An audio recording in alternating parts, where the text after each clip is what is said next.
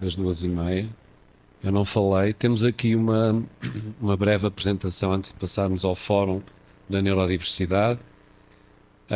O Fórum do Real existe desde a primeira edição deste festival e há 2 anos atrás, em plena pandemia, o tema foi a cidade do depois, que deu origem a uma publicação coordenada pela Alexandra Martins e pelo Luís Lima, que hoje estão aqui para fazer o lançamento da versão livro desse fórum. Foi o primeiro fórum que fizemos inteiramente online.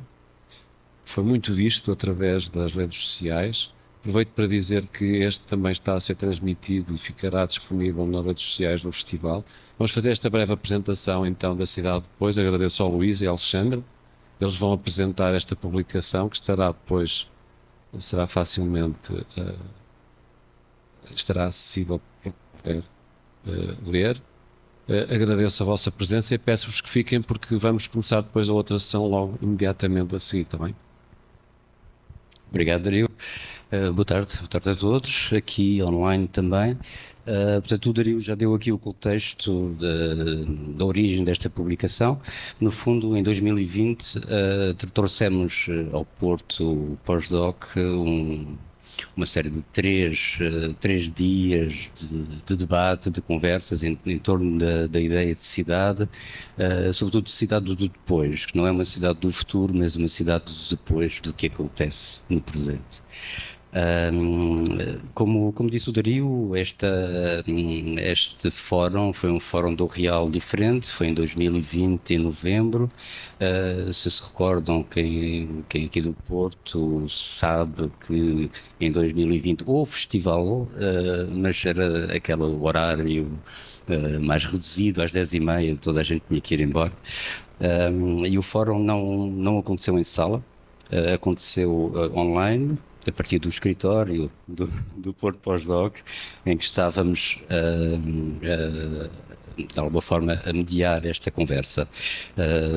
Foram 3 dias de conversa via redes sociais, as redes do festival. Houve muita gente efetivamente a assistir a este fórum, houve perguntas, houve respostas, e a determinada altura resolvemos que seria interessante fixar esse encontro que não teve presença física, fixá-lo, e partimos para uma transcrição desses 3 dias. E com a parceria da Universidade Autónoma de Lisboa fizemos um e-book. Portanto, quem quiser aceder ao livro, lê-lo, pode fazê-lo. Portanto, tem acesso livre, basta ir à página Facebook do Porto Postdoc e encontrarão lá um link para o e-book. Portanto, eu trago aqui esta versão papel, que foi uma versão de cortesia da Universidade. Fizemos uma série limitada de exemplares, que no fundo são para memória futura. Em relação ao conteúdo deste livro, ao que foram estes 3 dias de conversa, o primeiro dia, a primeira conversa intitulava-se Histórias da Cidade. Aqui o História com o S, entre parênteses, fazendo alusão às histórias do cinema do Godard. E já vou dar a palavra a Alexandre para falar um bocadinho dos intervenientes, quem foram estas pessoas que falaram connosco. O segundo dia seriam as cidades imaginadas e o terceiro, o Fuck the Police, aqui também uma alusão ao livro homónimo do João Miguel Fernandes Jorge e também a essa frase manifesto que é bem conhecida de todos. Alexandra, se quiseres. Sim, eu queria começar por dizer 2 coisas. A primeira das quais é que, paralelamente ao fórum, também lançamos um conjunto de filmes que foram exibidos no festival durante esse período e que de algum modo serviram de mote para estas conversas, um pouco à semelhança do que também está a acontecer este ano. A segunda coisa é que, efetivamente, apesar do fórum ter decorrido sobre esse assombramento da assombração da pandemia, de algum modo conseguimos com que nós e sobretudo os oradores conseguiram com que as conversas, e apesar do tema ser bastante sugestivo e dado a isso, conseguiram de algum modo fugir, de modo que é um assunto presente, a questão do confinamento e do isolamento, até pela relação que tem com a cidade e com a vivência da cidade, mas não é um livro sobre isso. Como também não é um livro exatamente sobre cinema. No primeiro dia, como o Luís estava a dizer, tivemos uma primeira conversa intitulada Histórias do Cinema, Histórias da Cidade, e contamos com a participação da filósofa francesa Marie-José Monzin, com a investigadora também francesa Pascal Cassagnot e com o realizador Billy Woodbury. E nessa primeira conversa, de algum modo, o que tentamos fazer com que os oradores falassem e acabaram por falar, tinha a ver justamente com a transformação da representação da cidade ao longo da história do cinema, desde os seus primórdios até aos dias de hoje. E não sendo um livro nem uma conversa exatamente sobre cinema, os filmes são evocados a cada passo, não é? Desde o Le Jolimet, do Chris Marker, até ao Robocop ou ao Blade Runner, todos estes filmes que de alguma forma se relacionam com a cidade foram convocados ao longo da conversa. E esta será provavelmente, que é o primeiro capítulo do livro, será provavelmente a conversa e o texto que tem mais diretamente a ver com o cinema. No segundo dia tivemos a Ana Aragão, o Luís Caramelo, o André Cepeda e o Paulo Pires Duval. E o que falamos nessa conversa basicamente foi o modo como as outras artes, que não o cinema, poderiam contribuir para uma reimaginação da cidade. Como é que se desenham as cidades, como é que se pensam arquitetonicamente as cidades, e como é que se fotografam as cidades, no caso do André Cepeda. E, portanto, desde os boulevards de Paris ao Flaneur de Baudelaire, também uma conversa muito sobre essas deambulações, como aliás a própria conversa e o livro em si, como eu disse, foge à especificidade do cinema e é ele próprio uma deambulação. Estava a pensar se poderíamos considerar como um livro de arquitetura, de geografia ou de cinema e não, é de facto uma deambulação por esses caminhos, uma cartografia, um mapa, talvez. E a última conversa foi com o professor Boaventura de Sousa Santos, com o João Solavisa e com a Ana Cristina Pereira. E como o título também sugeria, Fuck the Police, esta conversa teve um pendor claramente mais politizado, até pela experiência do João Solavisa e do professor Boaventura no Brasil, a experiência do João também com as comunidades indígenas, e trouxe para aqui o olhar que de alguma forma também se revela no último filme dele com a René, Chuva Cantoria na Aldeia dos Mortos, que é basicamente um modo de vivência alternativo, que não, de algum modo não se passa pela cidade, passa por outros sítios. Falamos também da questão das manifestações, na altura, sim, dos coletes amarelos, mas também de uma manifestação que o João tinha assistido em Lisboa, a propósito da comunidade negra e dos jovens que tinham sido repelidos da Avenida da Liberdade com tiros de borracha, ou qualquer coisa. E no fim também falamos um bocadinho sobre as histórias do cinema português e de como é que o cinema português, embora foi mesmo de passagem, como é que o cinema português de algum modo se relacionava com com estas comunidades mais ou menos excluídas daquilo que hoje se convenciona como sendo a cidade. E é isso. Acho que ficamos sem microfone, quer dizer que acabou o tempo. Boas leituras. Isso, um bom fórum do guião.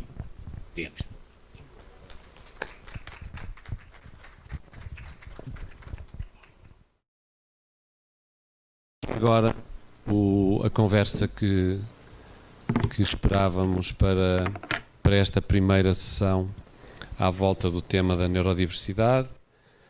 Temos connosco a Maria Vlachou, o Martim Sousa Tavares e o Adrian Gremery.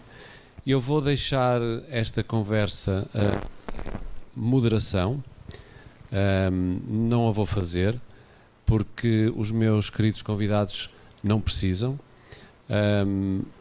Partindo do filme que vimos antes, o Solo, do Artémio Banchi, e do Jaime, do António Reis, vamos então ter agora um espaço, cerca de 1 hora, em que vamos poder ouvir-vos, e a conversa estará aberta ao público aqui presente, que poderá interpelar e fazer as perguntas e os comentários que acharem por bem.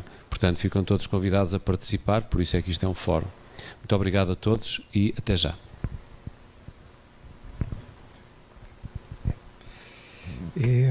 Muito boa tarde. Estivemos a conversar un bocadiño sobre os dois documentarios, o Jaime e o Solo, e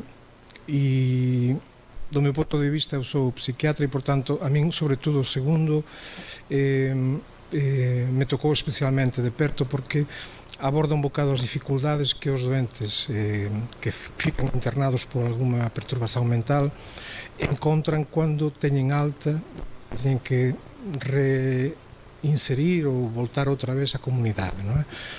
E nese sentido é unha coisa que eu comentaba coa María, unha atención, porque independentemente de que non existan de facto moitas respostas adecuadas para ajudar estes doentes que de facto fican até en risco de exclusão pela propia circunstancias que están a pasar, non é? Mas o que me chamou a atención é como, a pesar de tudo, nos países, por exemplo, latinos, como é o caso da Argentina, non é? As redes sociais informais, aquelas que non son profesionalizantes, non é? Que non son médicos, nen psiquiatras, nen terapeutas, continúan a funcionar moito mellor do que nos países europeos, sobre todo nórdicos, non é? Que é unha coisa que é visible no documentario, porque, a pesar de tudo, cando o Martín sai do manicomio, non é? Do hospital psiquiátrico, ele vai se reencontrar coa profesora, con persoas que ele coñeceu previamente, festeja o aniversario, portanto, vese que ainda existe algún aconchego, a pesar de non haber unha resposta adecuada profesionalizante, non é?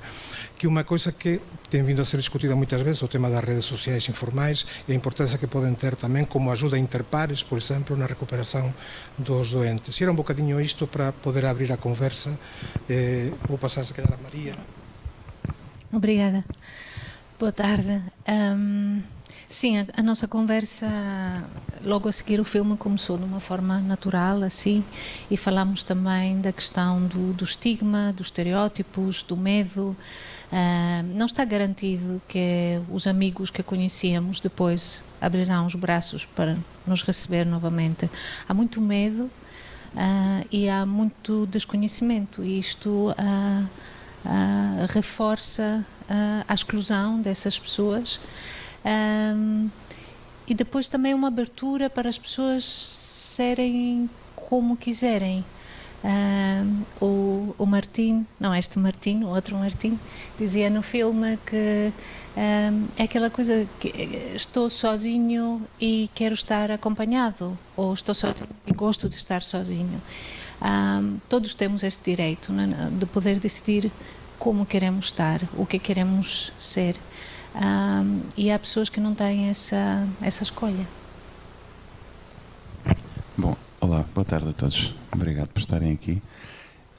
O meu contributo, eu acho que é a nível, se calhar, de alguém que se sente colega do Martim enquanto músico, e gostava também de lhe fazer uma pergunta, porque ao ver este documentário vem-me à cabeça aquele filme acho que hoje em dia já não passa nos cinemas nem nas televisões, mas que todos conhecemos, que é o Shine, que era a história do pianista David Helfgott, que tem aquilo que se chama um breakdown, a estudar uma peça para piano muito exigente, um concerto para piano e orquestra de Rachmaninoff, que é uma daquelas coisas muito difíceis no mundo da música para piano, a solo, e portanto é quase assim uma montanha que os pianistas têm de escalar, e ele não conseguiu escalá-la, e portanto, no fundo, a sua desgraça acaba por ser a sua história.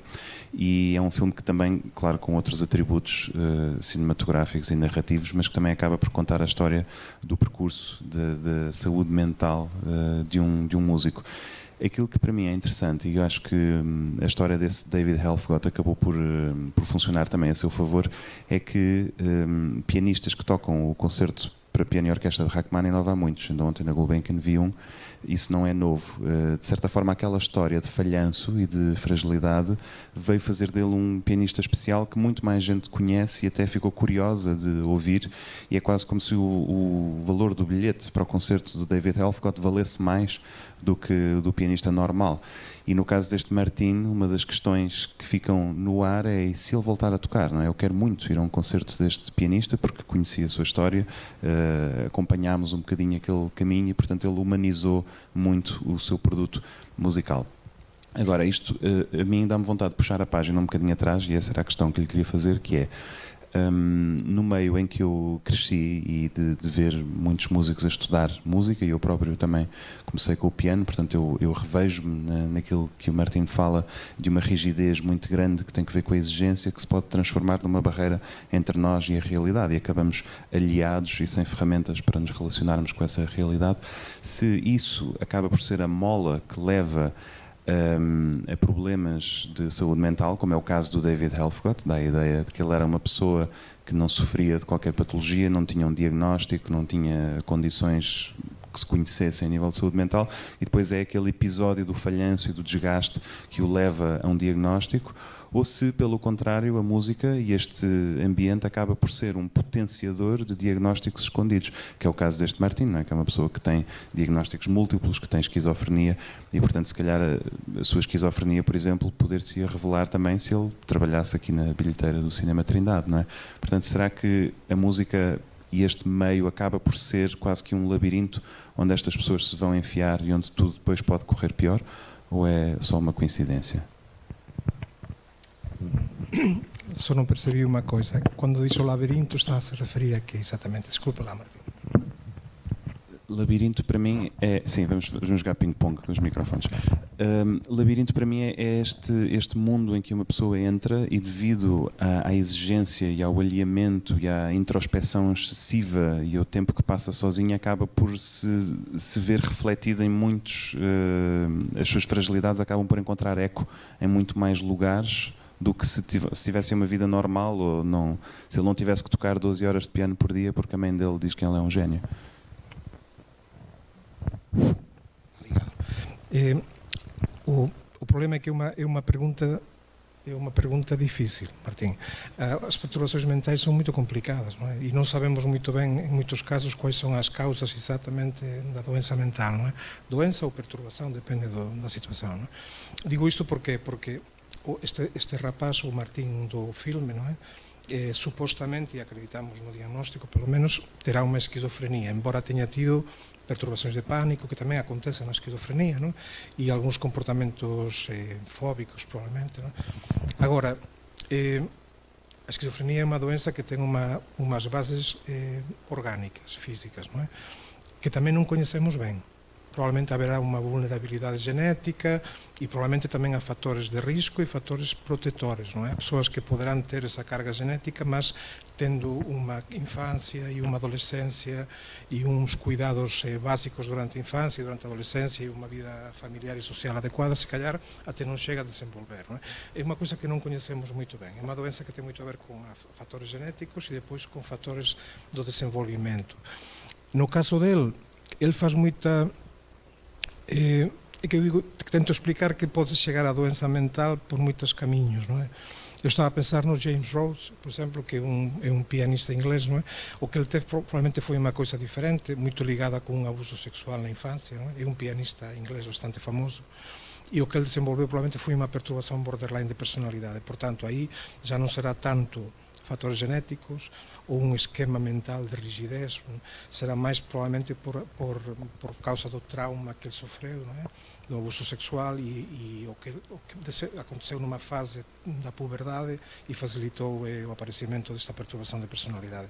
O que tento dizer, no fundo, é apresentar as minhas limitações também, não é? Porque a psiquiatria, de facto, tem muitas limitações para explicar as doenças mentais, não é? É complexo. Não sei se foi muito esclarecedor. Aquilo onde eu fico a pensar é, se calhar, pessoas com estas vulnerabilidades ou com uma predisposição clínica, se lhe quisermos chamar, não sei se isso existe, mas pessoas que podem já ter a semente de uma doença, indo por estes caminhos, e a música clássica para mim é um caminho muito parecido com a competição, alta competição de desporto, por exemplo, tem que ver com o perfeccionismo, com aperfeiçoar durante muito tempo o mesmo exercício e depois só poder ter uma oportunidade para o demonstrar, que é quando estamos em palco ou quando estamos em prova, e isso acaba por ser uma pressão tão grande, não é, que ficamos com muitos fantasmas cá dentro, e no caso dele é um caso muito típico, estereotípico até de aquilo que se chama uma tiger mom em inglês, que é de uma mãe que insiste na excelência dos resultados do filho e projeta as suas próprias ambições na criança, e portanto a criança acaba por ter de viver à luz da imagem da mãe. Portanto, se calhar, se ele não tivesse tocado piano, não é, se tivessem deixado de brincar, teríamos conhecido um outro Martin, não é? Uma pessoa que claramente fumava menos ou não estaria até internada, não é? E de facto, a tal Tiger Mom, não é? Também, por sua vez, enviava umas mensagens um bocadinho contraditórias, não é? Porque dizia que ele era um menino prodígio, mas ao mesmo tempo não tocava bem nunca as coisas, não é? O que na mente de uma criança não deve ser muito agradável, não é? Numa fase de crescimento, que a tua mãe te diga que tu és fantástico, és um gênio, mas nunca estás à altura adequada, não é? Por isso que eu digo, há fatores de risco e fatores protetores, não é? Não sei se ele, se tivesse tido uma família diferente e um percurso menos estressante para ele, não é? Em termos académicos, se poderia não ter desenvolvido a doença. Provavelmente a teria desenvolvido igual, mas ficamos com a dúvida, não é? Não sei se querem abrir o espectro a outros campos de doença mental, porque também há casos muito interessantes de Asperger, por exemplo, que aqui não é o caso, mas de artistas que acabam por ter na doença mental o seu trunfo também, não é? Um conjunto de capacidades que os levam a outros sítios. Estou a pensar no Glenn Gould, por exemplo, pianista excêntrico, mas genial, que tinha, no fundo, no Asperger, o seu escudo em relação ao mundo e acabava por se fechar de tal forma que toda a sua expansão era uma expansão virada para dentro e um universo maravilhoso. Portanto, o Glenn Gould, para quem possa não saber, é um pianista que morreu em 1983, que quando estava no auge da sua fama e era um virtuoso, decidiu deixar de dar concertos e passou a viver numa relação com os microfones. Portanto, ele foi para estúdio e dizia uma coisa que eu acho muito interessante, que é o artista, quando vai para palco, tem de saber exatamente aquilo que vai fazer, e o Glenn Gould tinha tantas ideias na cabeça que ele não conseguia subir para o palco e ter de executar só uma. Ele precisava de ir para o estúdio e gravar todas as suas ideias e depois escolher a melhor. E o caso dele, este caso mais maníaco em relação ao seu próprio trabalho, acaba por ser aquilo que é o seu trunfo. Portanto, penso também noutros artistas das artes plásticas, não é, que têm na estranheza das suas ideias e dos seus traumas e tudo, é daí que vem, no fundo, a genialidade do seu produto, não é? Portanto, alargando o espectro deste filme para o mundo dos artistas e dos criadores em geral, há grandes precedentes, não é? Não, só fico a pensar novamente, ouvindo-vos falar em questão da escolha, no podermos ser o que quisermos. A questão que levantaram em relação a quem somos como pais e o que é que exigimos aos nossos filhos e onde podemos levá-los. Há pouco foi feita uma pergunta que achaste melhor deixar para agora. Afinal, ele é um bom pianista e ao mesmo tempo eu acrescentaria, interessa? Não interessa mais o que é que o faz feliz na vida e como nós cuidamos nós como sociedade cuidamos deste desejo, do potencial que ele pode ter, etc. Queres responder agora a pergunta do... Sim, então, há bocado nós fomos tomar um café para nos conhecermos e perguntaram-me se ele é um bom pianista. E a pergunta é muito difícil, porque são sempre critérios subjetivos. Aquilo que nos faz decidir se uma pessoa é ou não um bom artista. Ainda hoje falava disto com outra pessoa a propósito de competições. Se forem júris de um concurso de pintura e na final estiver o Picasso e o Matisse, vão dar o prémio a quem? Não é? Não há forma de ser objetivo. Aquilo que eu acho sobre este pianista é que o âmbito em que ele é um criador e em que ele é um intérprete, porque ele mantém viva a chama da criação, e há aquele momento muito angustiante em que ele precisa de um piano, não é? E portanto parece quase uma pessoa a relapsar porque precisa do piano, e eu identifico-me, percebo de onde é que aquilo vem, esse canal. No entanto, eu acho que a expressão dele se calhar vai para aquilo que é a arte bruta, que é um campo outrora marginalizado, hoje já musealizado, portanto já perfeitamente legitimado, até do ponto de vista comercial, que tem uma ligação muito estreita à saúde mental. A arte bruta, eu acho que a maior coleção de arte bruta que temos em Portugal está em São João da Madeira, não é? No Centro de Arte Oliva. Para quem não conheça, grande parte do espólio da arte bruta que ali está foi feito no Hospital Miguel Bombarda. Portanto, eram doentes que estavam internados com diagnósticos variadíssimos, até porque muitos deles eram final do século XIX, princípio do século XX, portanto, quando ainda havia diagnósticos genéricos como neurasténico, não é? O que é um neurasténico ou enfim, coisas vagas, mas são, no fundo, pessoas que exercem a sua arte de forma absolutamente empírica, quase como catarse e não tanto como exercício esteticamente consciente em relação com aquilo que é a criação contemporânea. Eu acho que o que diferencia o Martín e as suas peças, aquilo que nos é dado a ouvir, é que de facto ele está mesmo fechado num seu mundo. A fronteira entre isto e aquilo que não é arte bruta é muito ténue, porque sei lá, um Basquiat, por exemplo, também teve uma fase na sua vida em que poderia ser considerada arte bruta, e hoje em dia custam milhões as suas pinturas. Portanto, se calhar se este Martín tivesse gravado um disco, poderia vir a ser um objeto de culto. Mas para mim é um artista de arte bruta. Aquilo que eu vejo na sua expressão musical é quase que um desgoverno, uma catarse muito grande, em que se vê que o mais importante para ele é a expressão, ele precisa de estar a fazer aquilo. E uma das coisas em que eu noto mais isso é na quantidade de pianos em que ele vai tocando, e como todos aqueles pianos são péssimos do ponto de vista da qualidade do instrumento. O piano que ele tem no hospício é um piano vertical, daqueles de trazer por casa, que está muito desafinado, no qual ele toca. Claro que há aqui uma narrativa de pobreza e não se poder afinar o piano, mas vê-se que para ele isso não é uma condição, e depois toca naqueles teclados, coisas que nem sequer têm as teclas todas, e no fundo o que eu vejo é uma pessoa no exercício da sua necessidade e não tanto na criação de um objeto estético e codificado enquanto obra de arte, numa relação com aquilo que é a composição musical. Portanto, eu honestamente, e corro o risco de parecer cruel ou quer que fosse, acho que se fôssemos ver um concerto dele ao fim de 15 minutos estaríamos muito aliados em relação àquilo que ele está a fazer, porque seria um solilóquio dele próprio, um exercício exploratório, que se calhar só faria sentido na cabeça dele. E nós vemos isso na cena da festa de aniversário, em que ele está a acabar uma peça aparentemente convencional e depois faz ali uma improvisação completamente fora do estilo, não é? E faz lembrar os artistas da arte bruta que faziam desenhos, e isto é um exemplo que podem ver no Centro de Arte Oliva, que é artistas doentes, internados, que tinham uma folha apenas, portanto faziam o desenho, e depois, como não tinham mais folhas, usavam todos os espacinhos em branco dessa folha e faziam outros desenhos, portanto acabavam por estragar o seu próprio desenho que estava acabado devido à necessidade de continuarem numa relação com aquela produção. Portanto, eu acho que no caso do Martín é isso que eu identifico. Eu não sei se gostaríamos de assistir a um concerto de 1h30. É interessante isto, não? É que eu perguntei enquanto tomámos o café, perguntei se achava que realmente era um bom pianista, porque foge-me um bocadinho a minha capacidade, não? Eu acho que é uma coisa importante. O mais importante é o sofrimento que ele tem, não é? E o sofrimento que ele tem muito a ver também com esse luto que está a fazer. Ele está a fazer, no fundo, 2 lutos, não é? E as perdas na vida, a doença é uma perda também, não é? Implica uma elaboração de uma perda e uma elaboração do luto, não é? E ele está a fazer 2 elaborações de 2 lutos, não é? Um é o luto da criança genial que os pais incutiram, não é? E que ele agora tem uma perspectiva mais adequada e parece-me que se apercebe de que não quer ser essa criança genial, não é? E que se calhar até nem é essa criança genial, não é? Mas também não quer ser. E por outro lado está a fazer o luto da própria doença que lhe foi diagnosticada durante o internamento, não é? Que também implica algumas limitações, não é? Ou pode implicar. Portanto, nesse sentido, o que continuo a achar é que muitos doentes, quando saem de um internamento de psiquiatria, e até nos países desenvolvidos, não é necessário ir à Argentina, não é?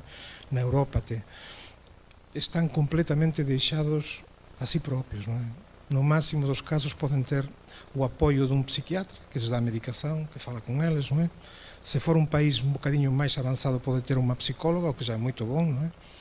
Mas continua a não haver ajudas no sentido de ter apoio para se reinserir novamente na sociedade, voltar a conseguir trabalhar ou encontrar um caminho em termos profissionais, em termos sociais, voltar a estabelecer ligações de amizade, não é?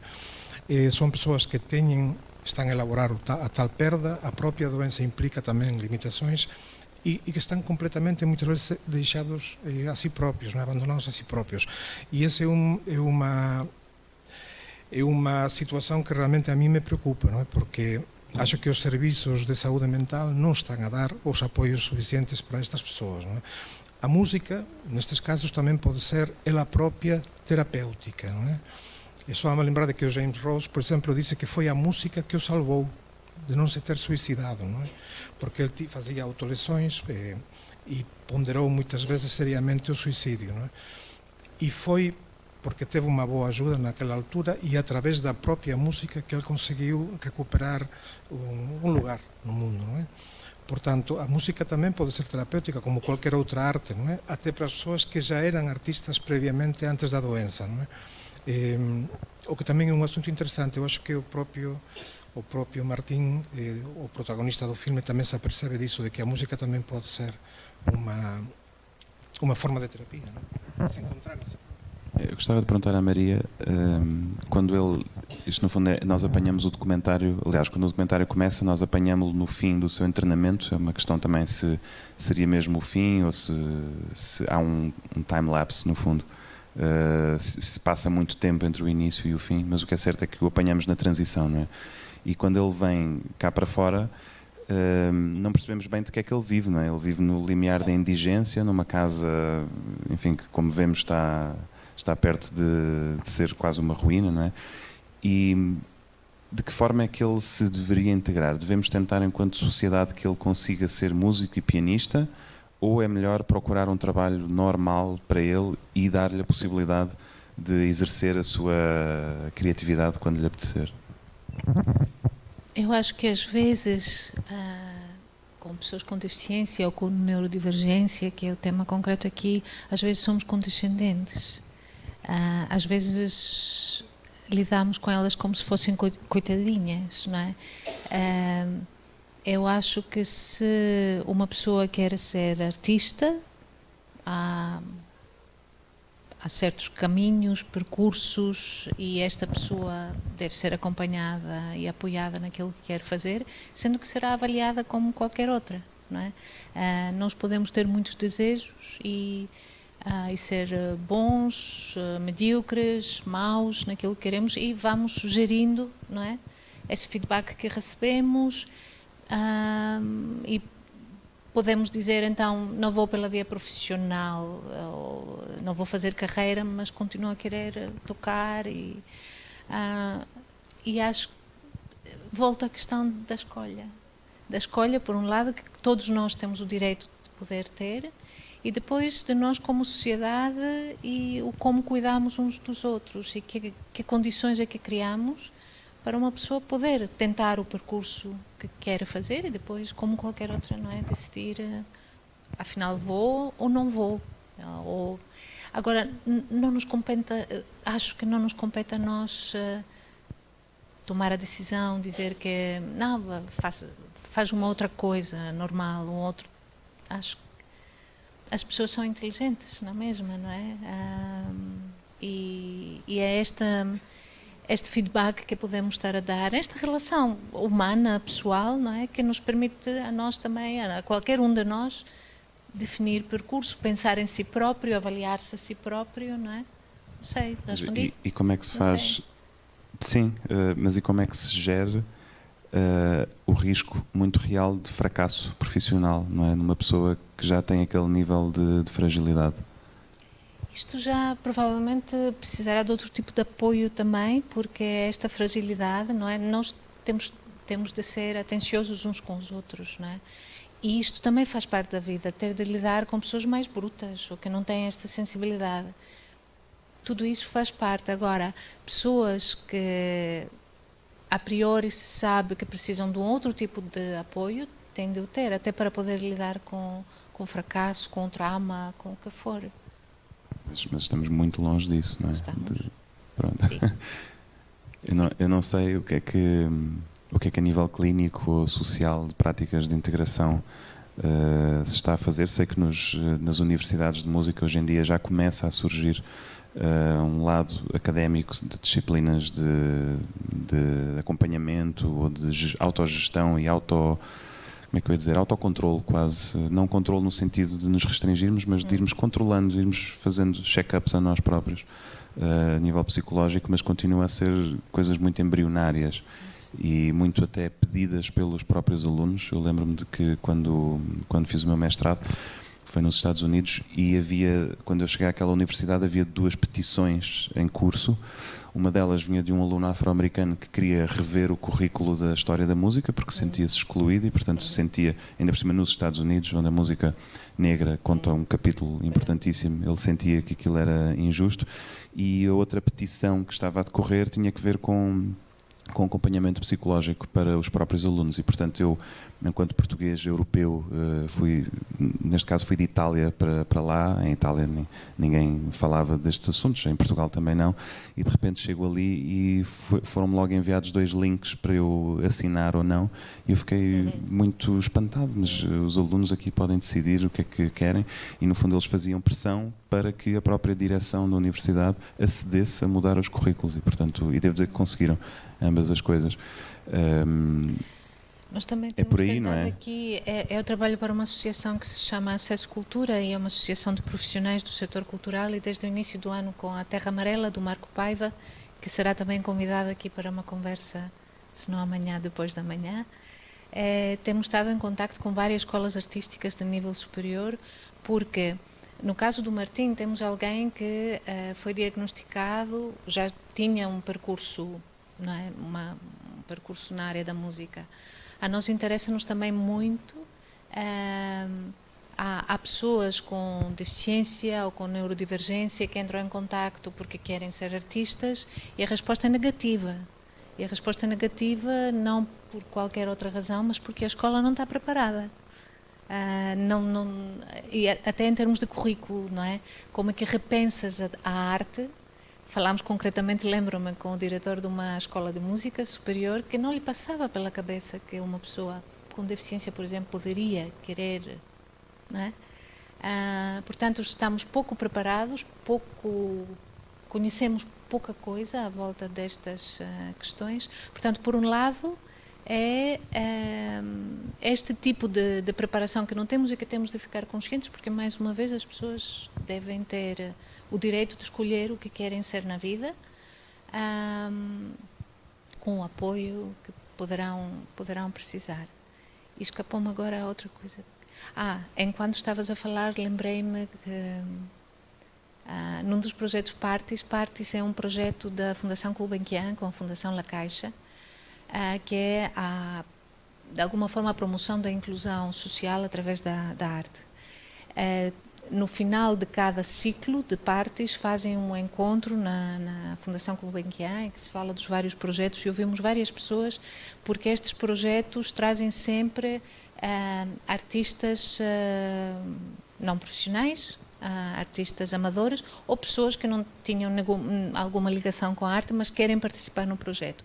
E lembrei-me, enquanto vos ouvia falar concretamente, um senhor com esquizofrenia que tinha tinha participado num projeto de música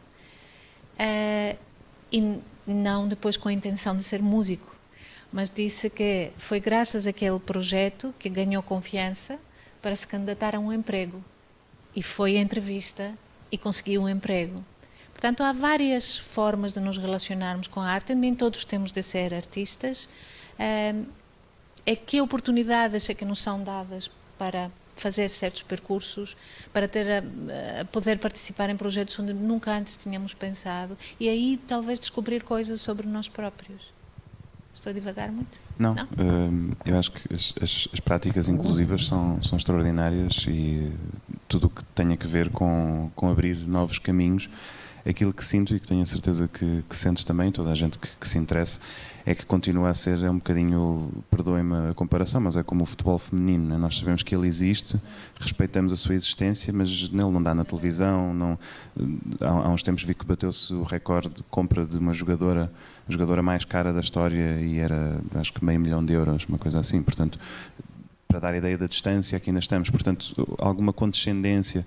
Nós sabemos que estas áreas existem, são importantes, né, as práticas inclusivas e tudo isso, mas elas nunca estão no palco principal. No caso de Terra Amarela, é fantástico o trabalho que o Marco Paiva faz com atores que mistura ainda por cima atores profissionais, não é, com pessoas diversamente hábeis.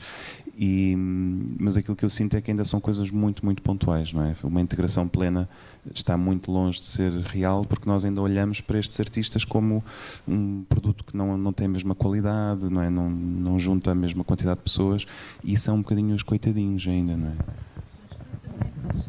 Desculpa. Houve aqui uma série, assim como as coisas às vezes acontecem, não é? Porque o Marco tem um percurso, não é? Tem uma visão, aliás. Depois temos a sorte de, naquele momento, ter o Tiago Rodrigues à frente de um teatro nacional, e de repente temos uma produção de 2 teatros nacionais. Estou a falar concretamente do espetáculo Calígula Morreu ou Não. 2 teatros nacionais, o Teatro Nacional Dona Maria e o Centro Dramático Nacional de Madrid, mais a Terra Amarela, do Marco Paiva. Uma coprodução que traz para o palco principal do Teatro Nacional artistas com e sem deficiência. E às vezes é isso, é uma sensibilização que se cria, uma maior consciência em relação ao que são as responsabilidades de cada um de nós no lugar onde está, com o poder que tem, para que as coisas aconteçam, porque sinto que a partir do momento que estas coisas aconteçam, não podemos ir atrás, só podemos ir à frente. E o último espetáculo agora, que acho que vai passar por aqui também, o Zoo Story, também estreou no Teatro Nacional Dona Maria II, e é a primeira vez que temos uma peça de teatro integralmente interpretada em língua gestual portuguesa. E as legendas servem para quem é ouvinte, e é toda uma experiência também. São dados estes passos, pequenos, não, grandes, mas poucos, mas há uma história já e não há volta a dar, acho eu. Eu só queria acrescentar, fez-me pensar o que o Martín comentou do outro Martín sobre o tema de que lle parecía música bruta, non é? E fez-me pensar que non coñezo no ámbito da música, non é? Mas no ámbito da expresión plástica, da pintura, da escultura e até da literatura tamén, houve o século pasado, foi un século que se debruçou e se interesou moito nas obras feitas por persoas que tiñan sofrido ou que sofrían doenzas mentais, non é? Aliás, o conceito mesmo da arte bruta surge a partir da pintura feita por persoas que tiñan doenzas mentais en manicomios, non é? Sobre todo foi Prince Horn o primeiro, mas depois até no ámbito académico, nos anos 20 na Alemanha, o Paul Klee, por exemplo, ensinaba na Bauhaus e ensinaba arte feita por crianças e por doentes mentais, non é? Portanto, sempre houve un interese que deu depois origen a esta corrente artística que é un bocado inspiradora de todas as vanguardas, non é? Mas que ao mesmo tempo ten ela propia unha natureza que é arte bruta ou arte outsider. Con isto quero dizer que há, por exemplo, unha iniciativa en Lisboa que é o Manicomio, non é? Que tenta criar un espazo para artistas que tiveron ou teñen algún problema psiquiátrico, non é? Ou mental, e que o que tenta fora do hospital psiquiátrico, non é? Facilitar o acesso destes artistas, não é, ao circuito comercial, tamén, porque de facto existen festivais de arte bruta no mundo, non é? E posso dizer, eu comentaba coa María antes, no caso do Jaime, coitado el, que era o protótipo do artista bruto, un paradigma, non é? Era un señor que non tiña, eu acho que non sabía, non tiña coñecimento artístico niñún mesmo, non é? E, portanto, que neste caso a pintura surgiu como unha expresión pura, non é? Unha necesidade interior de se exprimir. E el morreu naquele pabillón de seguranza do Hospital Miguel Bombarda, non é? Nos anos 70, e curiosamente non chegou a saber, mas a pintura del é moito cotada neste momento, non é? Algúns dos deseños que ele fez en papel con lapiseira e con caneta custan agora 200.000 ou 300.000 euros, non é? E que ficaron nas mãos dos psiquiatras, enfermeiros, amigos a quen ele daba, non é? E que a familia acho que non conservou probablemente nenhuma das obras, non é? Isto para dizer que de facto há un interese da parte da cultura académica pela arte feita pelas persoas con diversidade, non é? En termos mentais, e que iso tamén cría un espazo para eles poderem crecer artísticamente e tamén para poderem ser vistos, ouvidos ou lidos, non é?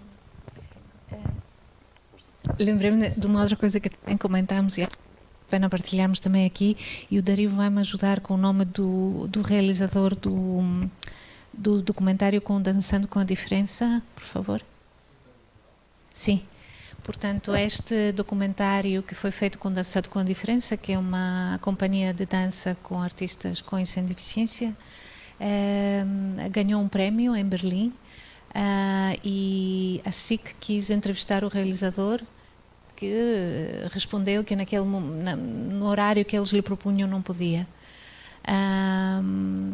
E aquilo que acabamos por ver como entrevista é mesmo o realizador na SIC, que começa assim, expressando o seu desapontamento, porque ele tinha explicado ao canal que não podia naquela hora e que tinha sugerido que um artista do Dançando com a Diferença pudesse dar a entrevista, e o canal não aceitou. E é aquela nossa condescendência, mais uma vez, sim, isto existe, mas não, queremos talvez o realizador famoso. Aliás, ele diz, são segundos, é mesmo o primeiro minuto da entrevista em que ele se queixa, e é importante isso, que tenhamos consciência do nosso lugar, do nosso poder, e do respeito que devemos a todas as pessoas que colaboram conosco. E disse, se eu tivesse se tivesse sido uma outra atriz conhecida, não me lembro agora do nome, vocês não teriam dito que não. E o artista do Dançando disseram que não seria essa pessoa a dar a entrevista. Eu acho que às vezes o problema, e esse é um caso muito evidente, é o da etiqueta, não é? Dizer esta pessoa corresponde a este tipo de expressão artística, e se as coisas forem normalizadas ou até houver algum grau de omissão sobre esta informação, tudo passa. O caso do Van Gogh é arte bruta. Van Gogh é um exemplo típico, codificado, de uma pessoa que sofria de um diagnóstico complexíssimo de saúde mental, não recebeu uma educação académica formal, vendeu um quadro em vida, não é? Todas essas coisas que sabemos, e hoje em dia não podia ser um produto mais codificado e estudado na história da arte e tudo mais. No entanto, a narrativa do Van Gogh nunca passa pela saúde mental, ou passa de forma marginal. Nós sabemos que ele comia as tintas amarelas e que ele tinha aqueles químicos todos e que tentou matar-se e tudo mais, mas acaba por ser quase que lenda, não é? Mais do que uma coisa concreta, sinto eu, por exemplo. E é um exemplo entre muitos mesmo. Na música clássica também os temos e em todas as áreas. Se, de certa forma, fizermos uma omissão gentil, chamemos-lhe assim, e normalizarmos, e no caso, por exemplo, do Dançando com a Diferença, se apenas for indicado que temos esta pessoa com este nome para falar, eu não posso, mas está esta pessoa da companhia, se calhar, se não houver um fact-check, não é, de quem é esta pessoa, mas é uma pessoa que tem algum diagnóstico ou não, então aceitamos. Sinto que se calhar isso já passava, de certa forma, ou seja, fazer uma naturalização da coisa. Vem-me à cabeça também que nestes dias eu ando a dirigir uma ópera infantil que passa por vários teatros, e em 2 dos teatros onde fomos, toda a programação que eles têm tem 1 ou 2 sessões com língua gestual portuguesa. E também houve língua gestual portuguesa nas nossas récitas, mas estamos a falar de ópera, não é? Vamos ter pessoas que não ouvem. a ópera vive da música, não vive só do texto, não é? E vieram-nos dizer, estas sessões vão ter interpretação em língua gestual portuguesa, era simpático. Nós fazemos sempre um encontro com as pessoas que vêm, são sempre sessões específicas para eles tocarem nos instrumentos e sentirem tudo isso. E a primeira vez que isto aconteceu, eu achei genial. Aconteceu no Centro Cultural Vila Flor o ano passado e achei extraordinário. É óbvio que faz todo o sentido. E a chave para mim foi na normalização, ou seja, não foi ópera com linguagem não, é simplesmente venham, não interessa se é ópera ou se não é, não interessa aqui o paradoxo da coisa, venham e acabam a gostar ou não gostar do espetáculo, não é? E para mim foi assim uma espécie de abre-olhos, como se diz, e achei que fazia todo o sentido. E depois diferentes teatros têm diferentes modalidades, há as sessões descontraídas, interpretação em língua gestual portuguesa, há sessões para pessoas que não veem também, exatamente com a audiodescrição, e para mim a chave está sempre na normalização. E enquanto público também sinto que muitas vezes, se as pessoas virem e têm de ver, esta sessão inclui língua gestual portuguesa, esta sessão inclui a audiodescrição, o interesse das pessoas enquanto público baixa automaticamente, passa a ser a récita para que elas menos querem ir, porque sentem que aquela récita é para um grupo especial de pessoas que têm outras necessidades. Eu não preciso de língua gestual portuguesa, eu prefiro ir a uma sessão normal, não é? Sentes isso? Não tanto. Eu trabalhava no Teatro São Luís, em Lisboa, em 2007, quando começámos a ter, de forma regular, língua gestual nas produções próprias do teatro. E tivemos o cuidado, porque era uma coisa nova, de falar com vários membros do público, porque de repente tens uma pessoa à frente do palco, não é, a gestuar, etc., e isto descontrai, não descontrai, etc., e as pessoas, e não estou a exagerar, todas as pessoas disseram, bom, olhei um bocadinho no início, nunca tinha visto, depois esqueço, não é? Concentro-me naquilo que me interessa, aquilo que não preciso está lá para quem precisa, e depois percebemos que foi uma grande... As pessoas ganharam consciência, pessoas ouvintes ganharam consciência de que existe uma outra língua e que faz sentido estar nos teatros, até quando se trata de música. Lembram que um dos primeiros espetáculos que teve língua gestual foi musical e as intérpretes foram incríveis. Depois, o quão importante foi para as pessoas surdas estarem numa sessão normal, não é? Ou seja, não ser uma sessão especial para eles, mas podermos estar todos juntos e usufruirmos do mesmo espetáculo com as condições que cada um precisa para... Aliás, estamos a sugerir aos teatros neste momento que tenham audiodescrição, porque a audiodescrição não se vê. A pessoa que faz a audiodescrição está numa cabine, as pessoas têm um auricular, acompanham o espetáculo. E achamos que deve ser dito. Mais uma vez, para o público em geral, ganhar consciência de que as pessoas com deficiência visual gostam de ir a espetáculos e que hoje estamos todos aqui juntos a ver o mesmo espetáculo. Não sinto, sinceramente. E nem nos tem sido reportado da parte dos teatros que colaboram connosco que tenha havido alguma... aliás, sugerimos também muito que não haja sessões especiais. Não é? Que é uma ação, e aliás, uma das preocupações dos teatros neste momento é que começamos com os teatros a decidir que é no dia X que é a língua gestual, é no dia X que é a audiodescrição, e as pessoas surdas ou com deficiência visual estão condicionadas, só podem ir naquele dia, que muitas vezes é a de matiné dos domingos. No outro dia falávamos com uma aluna cega da Escola Superior de Teatro e Cinema e disse que chatice, nunca pôs ir ao teatro uma sexta-feira à noite e depois sair, tomar um copo e falar do espetáculo. E agora os teatros começam a questionar-se, e artistas também, porque já tivemos espetáculos, já foram apresentados espetáculos que têm todas as sessões, língua gestual, audiodescrição, etc., para as pessoas terem a escolha, poderem ir quando quiserem. Portanto, não tem nenhum sentido isso, nem nos tem sido reportado da parte dos teatros, não sei. Acho que não. Eu se calhar estava a dizer isto do ponto de vista de quem está... em palco, ou seja, a forma como eu sinto que a equipa recebe esta informação ainda é muito a esta sessão específica versus um universo de sessões normais e ainda sinto que a coisa não diluiu o suficiente. Eu sei, por isso Claro, por isso é que eu digo normais, mas também sinto, não sei se se lembram de quando a RTP tomou a decisão de passar a ter sempre aquele quadradinho com a interpretação em língua gestual portuguesa. Havia pessoas que diziam, mas isto agora vai ser uma distração, e depois havia quem pusesse nas redes sociais os momentos, por exemplo, em que só há música. E o que é que faz o intérprete de língua gestual portuguesa quando só há música? Dança. Literalmente dança. E, portanto, havia muita gente que achava aquilo cómico e risível, e acho que hoje em dia já é um não assunto, como se diz, não é? Portanto, ninguém se distrai, é como as legendas, não é? Não sei se vamos passar para o público, sim. Estamos muito entre nós e a gostar, desculpem. Quero um microfone, né? Mas pode haver pessoas que ouvem mal. É verdade. E está a ser, ainda para mais, está a ser passado através da internet. Boa noite, boa tarde, melhor. Obrigada por estarem cá connosco, é um prazer ouvir-vos.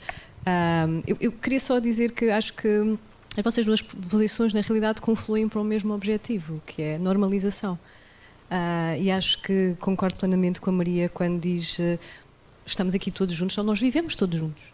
E é preciso que as pessoas se habituem a que vivemos todos juntos também no palco, também nos espetáculos, também no cinema, também por aí fora. Portanto, para quem está a ouvir, a ideia que passa é a ideia é a mesma. Nós queremos chegar a uma normalização. Como é que se chega? O caminho faz caminhando, não é? Pode ter aparentemente pouca expressão naquele momento, mas são grandes passos para chegar a essa normalização. Mas o que eu queria mesmo, desculpem, era introduzir aqui uma outra questão, que é, estamos a falar daquilo que são pessoas com alguns problemas já diagnosticados, uns sim, outros não, mas agora começa-se a falar, e de uma forma bastante relevante, sobre os problemas mentais que surgem nos meios artísticos, quer na música, quer no teatro. Eu sigo mais de perto a música e a área do cinema. Mesmo a nível das políticas públicas começa-se a pensar, não é? E alguns projetos que vão surgindo justamente para ajudar a pensar essas questões. E eu queria ouvir-vos um bocadinho falar também sobre isso, que é como é que se pode, de alguma forma, prevenir. Como é que veem que se pode...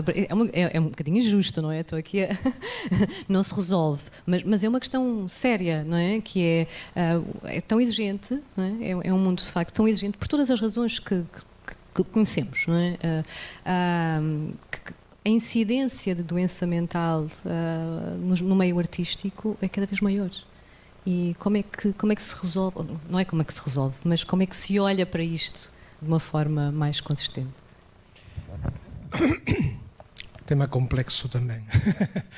É assim, eu acho que nesta ideia da neurodiversidade ou da diversidade também mental ou emocional, e a maneira de olhar que temos o mundo, não é? Há muitas pessoas que têm personalidades com máis importancia, con personalidades que teñen unha maior sensibilidade para as emoções ou para a representación, por exemplo, non é? Que procuran tamén ese tipo de profesións, non é?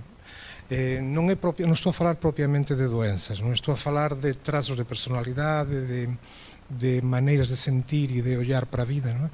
Por tanto, tamén, de certa maneira, son atraídas persoas que já teñen algunhas fragilidades, non é? Se calhar por iso mesmo, non é? O que é verdade é que é moito antigo, non é? Há moitos artistas e, sobre todo, actores de teatro, non é? Que precisaron de fazer psicoterapia durante fases importantes da vida, non é? Porque moitos dos métodos tamén de representación implican procurar dentro de nós propios, non é? E, portanto, é máis fácil tamén encontrar coisas menos agradáveis, non é? Por tanto, tamén pode ter a ver con esta propia introspección que a experiencia artística implica, non é? Que pode fazer com que a pessoa deprima ou se fique máis ansiosa, non é?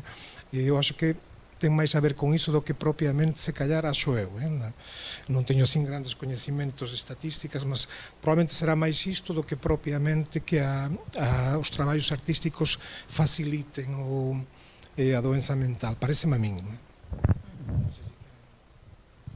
Eu só ia fazer uma pequena nota para sugerir que não utilizássemos a palavra normalizar, porque tem a palavra norma dentro dela. Sugeria naturalizar. Pode ser? naturalizar, tornar natural.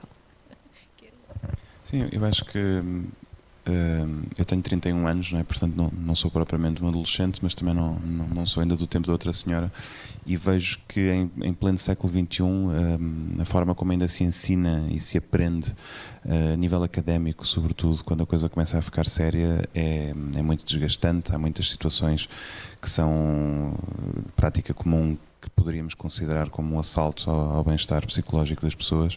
Falo por experiência própria, pela experiência dos meus colegas e tudo mais, e sinto que é uma página que vai demorar muito tempo a virar ainda, porque é uma coisa endémica, são várias gerações de pessoas e de estados mentais que importam mudar, mas acho que pequenas sementes vão sendo plantadas e vemos que cada vez mais os próprios alunos, aqui falo mesmo do ambiente académico e da aprendizagem, são reivindicativos ao nível do seu próprio bem-estar e, portanto, querem que haja canais em que possam fazer denúncias, por exemplo, dos professores, e o problema é que isto é uma luta em que o oprimido está a querer virar o jogo, não é? Portanto, vai demorar algum tempo, na minha opinião, mas o caminho já está a ser feito, e a primeira vez que eu vi isso foi lá está quando me inscrevi no mestrado e vi estas petições, e aqui em Portugal conheço vários movimentos análogos no mundo da música, sobretudo, mas acredito que exista para todos. Portanto, as pessoas procuram o bem-estar, identificam comportamentos que estão errados e, portanto, vão reivindicando na medida do possível. Agora,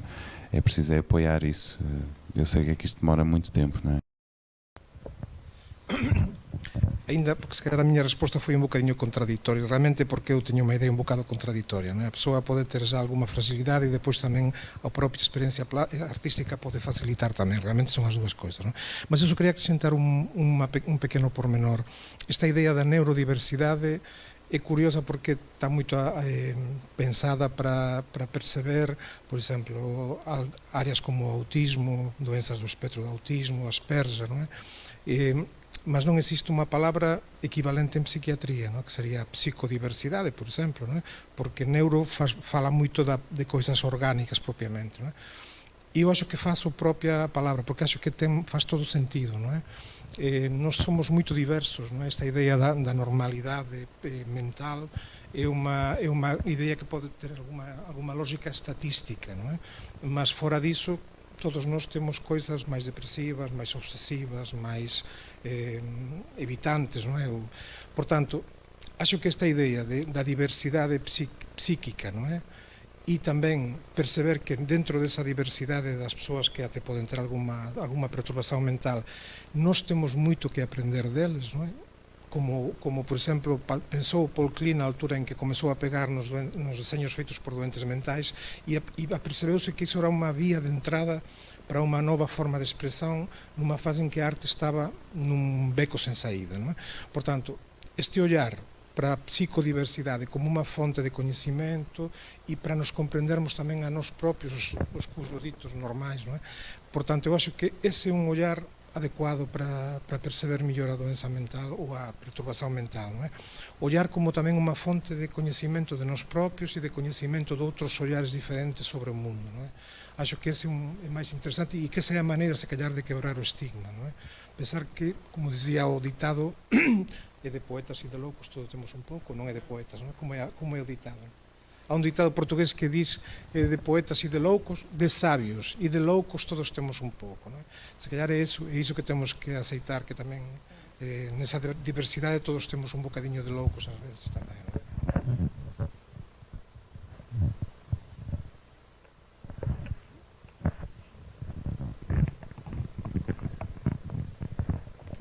Estão a ouvir? Sim, entendo. Então, boa noite e obrigada por esta tão boa conversa e tão bom ouvir-vos. Se calhar aqui dar aqui uma das coisas que me tocou muito neste filme e que tem até a ver com a origem do nome deste painel, que tem a ver com, através da música, conta a minha história. E isto que é também muitas vezes o cinema, não é? Que muitas vezes são contagens de histórias, são histórias. E nós fazemos parte de um grupo, que a Rita e eu, e que a Filipe é presidente da associação, que se chama Vozes de Esperança, e de pessoas com experiência de doença mental ou familiares. E o que nós fazemos é contar a nossa história. E, portanto, vamos a locais públicos, escolas, universidades, por aí fora, onde quiserem nos ouvir, e contamos a nossa história. E talvez transmitir e partilhar, e depois ouvir-vos, que para nós, nós temos um processo de capacitação para contar a história, e esse processo de capacitação faz-nos ter uma libertação muito grande e uma reconciliação sobre nós próprios, e de querer oferecer essa reconciliação, essa esperança sobre a vida, mesmo com todas as experiências de doenças ou com familiares de doenças. E temos tido testemunhos maravilhosos quando vamos a sítios improváveis e percebemos que isto da saúde e da doença mental é comum a todos nós que estamos aqui, não é? Basta termos cabeça para podermos, qualquer um de nós, a qualquer momento, ter algum problema, e portanto nenhum de nós está livre disso, e talvez isso seja muito importante de passar. Ou seja, esta história do Martim, não este Martim, mas o Martim deste filme, é uma história que pode ser de qualquer um de nós, e que ele, se calhar, pelo menos foi assim que eu vi. Ele, não sei se interessa muito se ele é muito bom artista ou um espetáculo, ou poderia ser um espetacular numa sala de espetáculos, mas a verdade é que a música teve para ele algum efeito maior de contar a sua história. E para isto, para lhes fazer, que não falaram nisso, mas que achei que iam quase falar, que é, falta muito a Portugal, e isso gostava de vos ouvir, isto, de ouvir as pessoas na primeira pessoa. Esta metodologia espetacular que uma vez li num livro, que é ATP, Ask the Person. Aquilo das escolhas que a Maria também falou, não é? E as pessoas com experiências de doença mental, sejam elas quais forem, têm algo a dizer sobre a sua vida e sobre como é que querem a sua vida. Se é por... e a sociedade, se ouvir, se calhar pode reagir melhor nessa tal falta de... Enfim, não sei se foi uma pergunta ou uma provocação, mas... uma ideia. Faz todo o sentido o que está a dizer, não é? E eu acho que aí, se calhar, eu tenho que me sentir um bocado responsável por ser da profissão da saúde mental, por ser psiquiatra, não é? Porque tenho que reconhecer que às vezes o modelo mais biológico da doença mental acaba por ter algum risco de negar a subjetividade do doente, não é? De non tentar falar co doente, tentar ir ao sintoma por medicación e no máximo dos máximos deixar se houver unha psicóloga no hospital para que a psicóloga fale co doente, non é? Eu acho que independentemente do sintoma, da doença, do diagnóstico, trata unha persoa, non é? Que está a ser atendida por un especialista en saúde mental e que está à espera de ser ouvido e comprendido, non é? Mais alén do que o sintoma da alucinação ou do delirio, non é? Há unha persoa que teve unha infancia, que teve un pai, unha mãe, que puderon ter sido millores ou piores, non é? Portanto, faz todo o sentido o que está a dizer, non é? E cada vez, infelizmente, as persoas que teñen problemas de saúde mental há menos espaço para os ouvir. Eu acho que devíamos de evoluir no sentido contrário, não é? Muitas vezes, se calhar, se conseguíssemos ter mais tempo e mais disponibilidade mental para ouvir os doentes, se calhar precisamos de menos medicação. Estou convicto disso, não é? Mas o problema é o tempo também e a disponibilidade mental, as duas coisas, não é? Mas faz todo sentido e acho que esse tipo de iniciativas são muito interessantes e de certeza que para os próprios doentes também sentem que estão a ser respeitados na sua dignidade como pessoas, não é? E não só como doentes, não é? Que acho que é importante. Eu queria só acrescentar, eu concordo com o que disse. Acho que isto não é uma proposta de solução, é no fundo uma forma de diagnosticar esta situação. Há dois caminhos para a narrativa, para a expressão pessoal. Há o caminho estético e o caminho ético. O caminho ético é aquele em que as pessoas se relacionam umas com as outras e procuram uma compreensão, e um caminho ético sem o olhar estético nunca deixa de ser uma história humana de uma pessoa. E nós ainda, quando vamos à estética, não queremos ética e vice-versa. Por isso é que às vezes torcemos o nariz a festivais de arte engagé, política, por exemplo, não é? Quando eu vou ao cinema, eu não quero ver o manifesto político, eu não quero ouvir falar das causas, eu quero ver o sangue, as explosões e tudo isso, eu quero apenas o olhar estético. E é quando às vezes há um efeito de sublimação sobre a história humana que confere beleza ou relevância ou o que for àquela história humana, ela de repente passa a fazer sentido para milhões de pessoas. O caso do pianista David Helfgott era o caso deste Martin é outro, mas nem toda a gente tem a sorte de ter um realizador a fazer um documentário sobre a sua história de vida. Portanto, o que eu sinto é que muitas vezes 99,9% dessas histórias, por não terem esta embalagem estética, acabam por nunca deixar de serem conteúdo ético e empático. Como é que isto se resolve? Honestamente não sei, mas sinto muito essa divisão aí na história que temos para contar e na forma como ela é recebida pelos outros. Acho que era o Schiller que dizia que a estética é ética e vice-versa, e que tudo se resume à verdade, e a verdade é beleza, no fim de contas. Portanto, se conseguirmos canalizar um olhar mais estético para a experiência ética e vice-versa, estaríamos no bom caminho. Portanto, a questão é fazer esse caminho, há que caminhar, não é? Como já se disse. Não sei se temos mais, ou até se temos tempo para mais, o Dario vai decidir.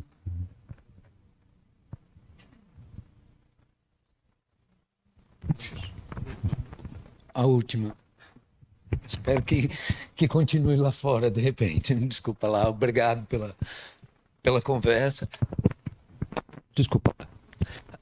Me chamou a atenção uma observação tua, que era os pianos, que eram a quantidade de pianos e muito ruins, e tanto é que ele se sente muito bem quando vai na casa da outra senhora, fala, tá afinado, né? Mas e em relação à questão da arte bruta, porque o que em termos dele tocando, ele era, né? Isso não é a brutalidade, não é isso. É justamente o final do filme em que ele toca só percutindo na mesa. Eu não sei se estavam a ver o filme, né? Eu realmente falo, rapaz, isso é. Mas a minha questão é mas dentro do mesmo universo. Ele dizia que a respeito, apesar, não é nem a respeito, apesar da mãe dizer que ele não tocava bem Chopin, não sei o que mais, mas ele dizia que minha mãe dizia que eu não tocava bem, mas as pessoas aplaudiam. E ele tenta, e o documentário nos mostra, ele tocando em diversas situações em que ninguém reage. Aquela festa pseudo-burguesa em que ele vai as pessoas continuam bebendo, tanto é que ele fica sempre à margem, né? Ele chama mesmo a atenção quando ele quebra o assento, que ele foi muito romântico. Ele toca, é quase como ele pedindo quase desculpa para a mãe, ele toca a música predileta da mãe dele, né? Ele não tem o aplauso. E o próprio nome do filme, O Solo, é só ele, quer dizer, me parecia, porque é outra frase que é recorrente no filme dele, né? Eu não tenho nenhuma formação nem de música, nem de psiquiatria, nem nada disso. Mas uma frase dele que era recorrente era negociar com a realidade. E ele tenta fazer uma música em que ele não precisa, é solo, né? É só ele não precisa, e ele espera poder, por isso que ele precisa da plateia, momentos que ele precisa da plateia, porque ele precisa daquele retorno que ele talvez nunca tenha tido da mãe, não sei, né? Isso é uma questão que porque a senhora ali, não sei o nome, mas falou em narrativa, né? E uma das questões que me apareceram durante o filme é assim, até que ponto é ético eu criar uma narrativa para um caso desse? Porque, por exemplo, eu tenho uma ligação muito forte com o cinema, então, por exemplo, ele está tocando naquele restaurante que é assim, é o fim de carreira, entre aspas, né? Você ser músico enquanto as pessoas estão jantando, estão fazendo uma refeição. E o rapaz que senta, ele está com uma camisa vermelha, fala assim, escrito em inglês, não pare a música. Tem flashes de mensagem durante o filme, e outra coisa que não sei se me incomoda, mas eu acho estranho, porque você sabe que uma produção, ele encontra a maestra dele, né?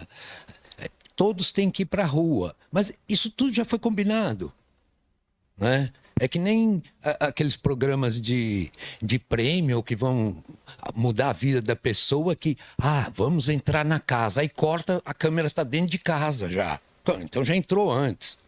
sabe? Quer dizer, o problema da narrativa é porque você dá voz efetivamente ao Martin, mas você constrói uma narrativa a respeito dele. Assim, não sei até que ponto, quando foi o breakdown dele. Eu vejo, suponho que seja ele, adolescente, tocando piano e sendo aplaudido depois. Se ele não é um bom pianista, a plateia é tão ignorante de música quanto eu. Bateria palma, no caso. Talvez não batesse palmas para ele tocando a música dele. Mas ele tem uma criticidade. A primeira menina lá, que a gente não sabe quem é, responde. Eu gostei muito daquela experiência de escutar e dizer a primeira ideia que vem na cabeça. Aí ele fala, é rock and roll. Né? A bailarina com quem ele ensaia faz alguma crítica, ele faz assim, Hollywood, sabe? Ele tem um espírito, sabe? Que fica como fé de ver no meio do filme. E a minha observação, ainda bem que o senhor falou isso, gostei, porque eu fiquei muito interessado pelo nome neurodiversidade, né? Porque é encarar como diversidade, porque o que se busca é igualdade. Por que não é igual? O princípio da igualdade está desde o racismo até a doença psiquiátrica. Não é não? E assim, a maioria das doenças independe do grau, né? Por exemplo, eu estava vendo outro dia, porque eu andava pesquisando neurociência a ver com a formação da imagem, que não tem nada a ver com doença mental, nada disso. Mas é porque tem aplicações de neuropsicologia, neuropsicologia e tem uma outra que é diretamente ligada a isso. Então, eu estava vendo a dislexia, por exemplo. É considerado deficiência, mas é uma deficiência de aprendizado, baseado na leitura e escrita, que é uma norma habilitária. Aí eu fui ver dislexia, não porque eu seja disléxico, mas é porque eu não consigo guardar números. Eu falei, será que eu sou disléxico? Eu fui ver o que era aquilo, né? Aí, princípio da deficiência. Mas aí tem sempre um ponto. A capacidade dessas pessoas geram artistas. A dislexia. Aí depois eu via sinestesia, que é aquele eu tenho duas informações sensoriais ao mesmo tempo, né? Eu descobri isso, não eu descobri que sinestesia é isso. E Van Gogh é considerado um sinestésico. E Jimi Hendrix também.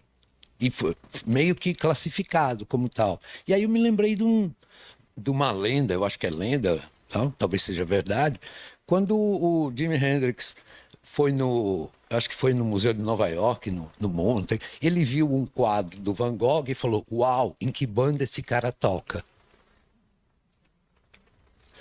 Perceba, é capaz de se comunicar as coisas.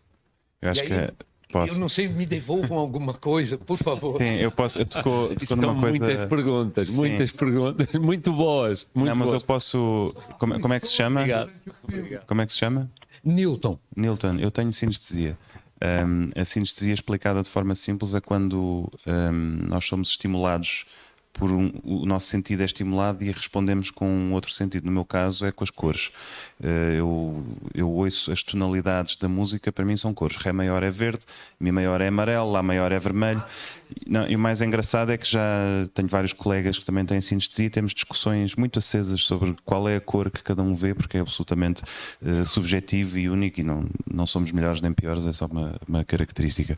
Mas o que eu acho em que o Newton passou na sua intervenção é a questão do o contexto.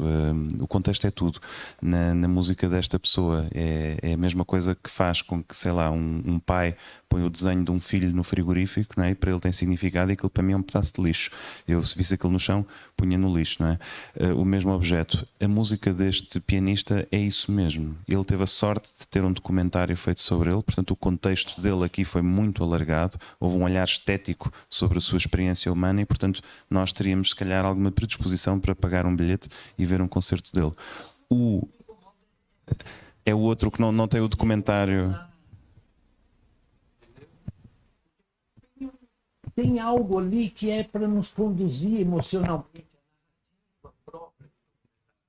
Claro, mas isso é o facto de, dizia o Dario, isto não é só um documentário, não é? Isto é realizado por alguém, portanto há ali um olhar e nós acabamos por ser conduzidos para essa experiência.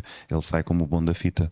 Se calhar num mundo paralelo o mesmo filme poderia ser feito em que nós saímos a detestá-lo, não sei. Eu só queria acrescentar uma coisa. Eu, conhecendo um bocadinho como é que funcionam os serviços de saúde mental na Argentina, um bocadinho, não é? Acredito que este doente provavelmente durante o internamento deve ter feito alguma psicoterapia, não é? E parece-me que está numa fase em, como eu expliquei, em que está a elaborar várias perdas ao mesmo tempo, não é? A perda do menino prodígio que ele está a rejeitar, não é? E ele deve ter feito também alguns reajustes interiores em termos de objetos internos com esta mãe que tinha uma mensagem muito ambivalente, não é? Porque dizia que ele era um gênio, portanto era exigido ser um gênio, porque ele achava que era um gênio, mas ao mesmo tempo nunca estava à altura, não é? E portanto ele também deve estar numa fase de elaboração de várias perdas, não é? Não é só a doença, é também reajustes interiores que vamos fazendo ao longo da vida, não é? E habitualmente na altura das perdas é que costumam acontecer estes ajustes. Só para dizer que a ideia da narrativa pode ser uma narrativa que acontece várias vezes ao longo da vida, não é? É uma forma de fazer um re-update da nossa própria identidade, com coisas que perdemos, outras que ganhamos, não é? Sempre há um ajuste em diferentes fases e sempre costuma acontecer nas crises, não é? Por exemplo, um internamento, uma doença mental é uma crise em que a pessoa pode reconstruir uma nova narrativa.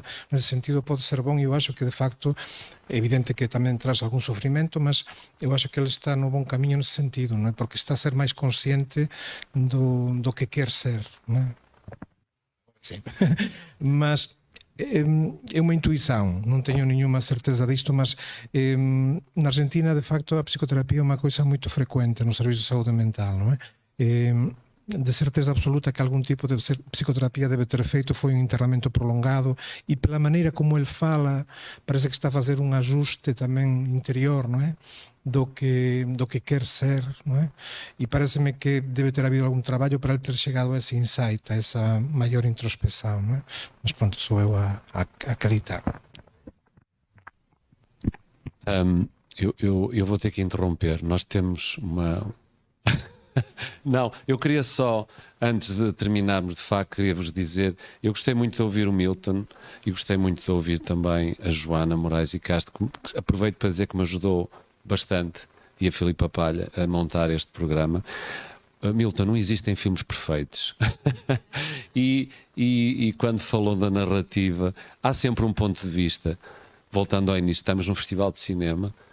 Eu acho que esta conversa foi muito melhor do que eu estava à espera, portanto foi excelente, eu pensei que ia ser boa. Deixem-me partilhar isto aqui neste momento.